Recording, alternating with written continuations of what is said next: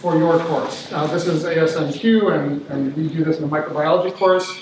So what I'll mention in the next slide or so is focus on microbiology, but you can do this for ecology or genetics or bioinformatics or intro bio or cell bio just as easily. So I've taken some of the curriculum guidelines from the ASM document that maybe you all have memorized from 2012. It's on the ASM website. And they're broken down into some of the basic categories here. With these I know that you can't read are some of the specific guidelines within each category. And then across the top are components of the microbiome research. And everywhere where I've checked blue is a place where I think that some activity within the microbiome project matches up pretty nicely with one of the curriculum guidelines. And so, as an example, this is one of the statements: microorganisms are ubiquitous and live in diverse and dynamic ecosystems. You can work with that in your students when you're setting up the project.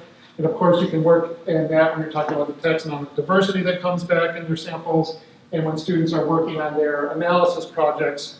All of those are good points at which you could address this basic statement.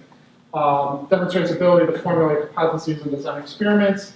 Again, that's fantastic for when you're setting things up. And then, even if you started with a project that you might consider more survey-based, where you're like, well, we're just getting going and we sampled in a few places, but we don't have enough data or enough background yet to tie that into a real hypothesis-driven project, that's fine.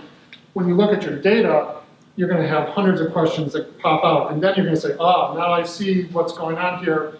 Maybe I can develop a hypothesis based on that. So again, two fantastic points to address that. These are in some of the laboratory skills. Use appropriate methods to identify microorganisms. Of course, there's a lot of different things that we're doing that would meet those objectives or would allow you to address that statement. And of course, this might include a lot of the things that you're doing outside of the microbiome project. But I just wanted to kind of show this as an example that you can really fit or kind of map out what you're doing to really meet these specific guidelines. And what I want you to do, I can't remember how much time we scheduled, but maybe 20 minutes, is these are the guidelines I was just talking about. These are learning outcome examples that kind of pair up with the guidelines. And look at these. Like I said, you can just Google them and bring them up. I can't remember, I meant to upload them to the CUBE site, but I think I forgot to do that.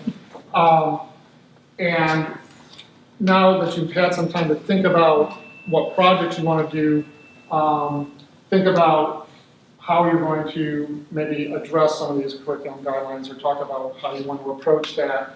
And again, these are a couple questions that you can use to kind of direct what you're doing so that you make sure that when you come up with this project that you're going to introduce, that it's organized in a way that allows you to address these questions. This will help with assessment.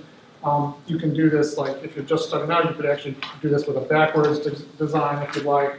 And just take a few minutes to look those over to see where does this fit in really well with what I want to focus on.